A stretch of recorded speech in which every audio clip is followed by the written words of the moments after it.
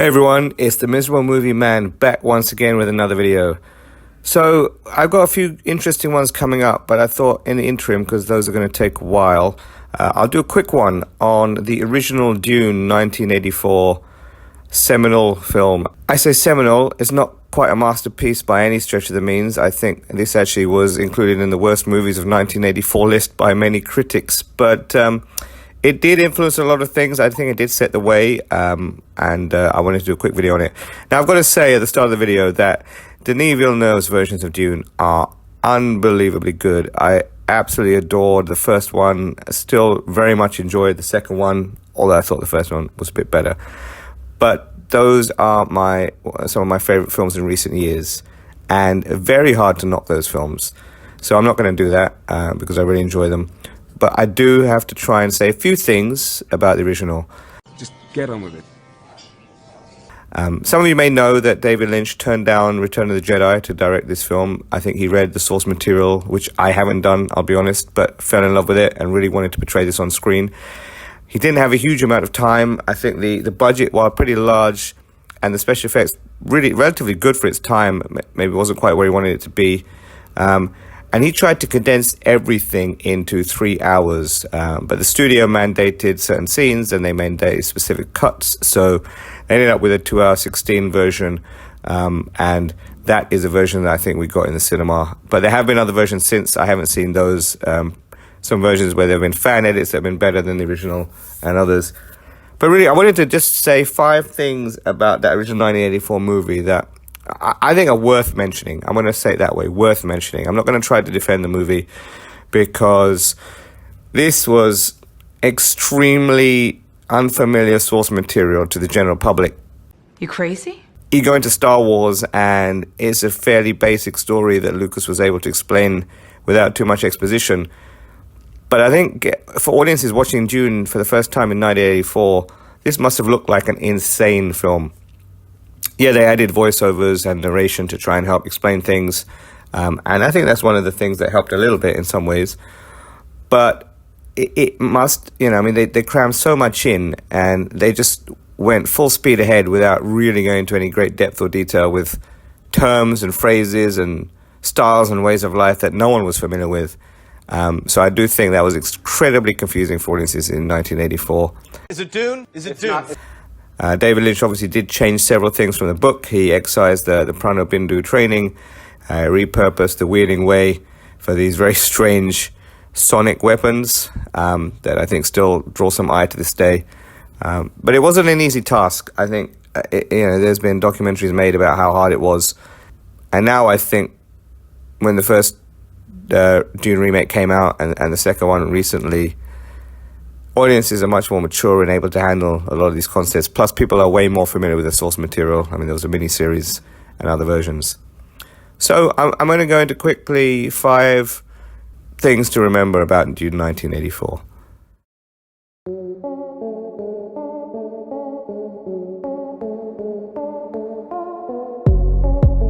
I think number 1, it had an absolutely stellar cast. I mean, you look at Villeneuve's version and yeah, there's some very good actors in it. Timothée Chalamet really nails it. You've got Oscar Isaac in there, Rebecca Ferguson, Jason Momoa, Skarsgård, and Josh Brolin and Javier Bardem. All really great actors. I mean, Batista's in there as well. And even Charlotte Rampling. They had David Dastmalchian, but I don't think they used him that well. I wasn't a huge fan of Zendaya's Chani in this. I don't think the original version of Chani either, Sean Young, was particularly brilliant. Zendaya was okay for me in this one, but pretty good cast for Villeneuve's version. Saw the original cast, loved it. But if you look at the original, I mean, almost every name is huge. You got Carl McLachlan, Virginia Madsen, Francesca Annis, Brad Dourif in a really great role, Jose Ferrer, legend as the Emperor, Linda Hunt is in a lot of films, Freddie Jones, Richard Jordan, you got Jürgen Prochnow, Patrick Stewart, Sting, Dean Stockwell, Max von Sydow, Sean Young, as I mentioned before, Alicia Witt in an early film role. Almost every single role was cast with a really great actor. McLaughlin was his first big breakout role, first time we saw Stewart on screen. But brilliant actors in the original version. So I think you have to give credit for that.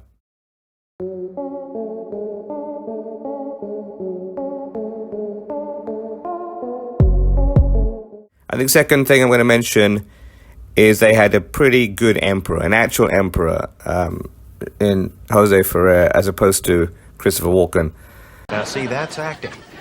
If you look at Shaddam, I haven't read the books, but he seemed powerful. He seemed involved.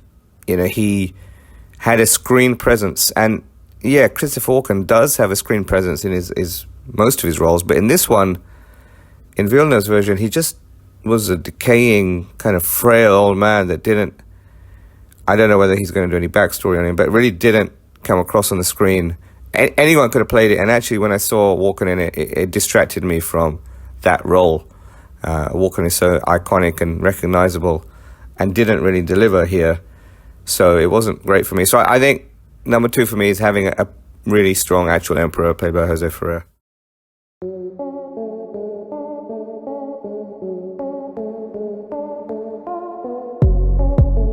Number 3, I mentioned this at the start, it does have more exposition. I think Villeneuve's version is brilliant and is very minimalistic in many ways. It talks about some stuff, but not all.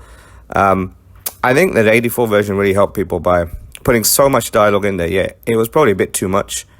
And I think the studio mandated some of the exposition.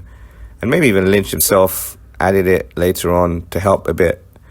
But I do think it was helpful in terms of trying to explain things, albeit quickly on the film. To make it work, we'll just have to add some exposition. So I think the more exposition in the 84 version is to be lauded rather than criticized, even though they didn't find the right balance. As I said, it was the first time audiences who are not familiar with the source novels were hearing about this and seeing it on the screen. So it must have been very confusing. So I think trying the exposition was a valiant effort.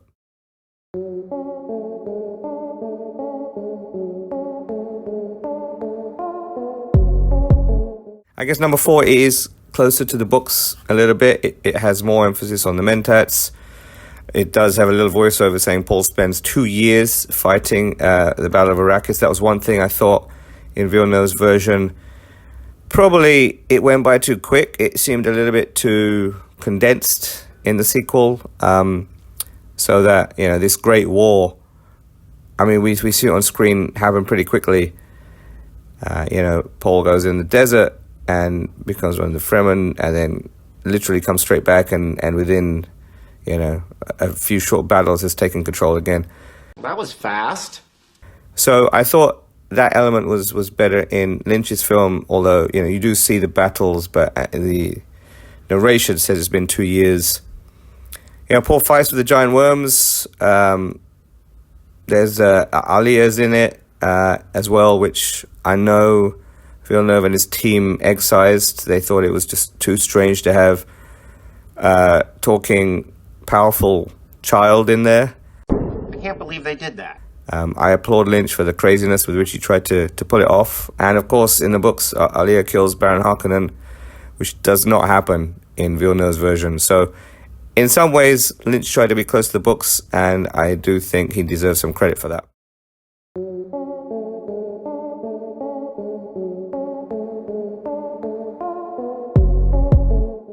Final reason, I'm really going to say this only once. Listen very carefully. I shall say this only once. Patrick Stewart with long hair.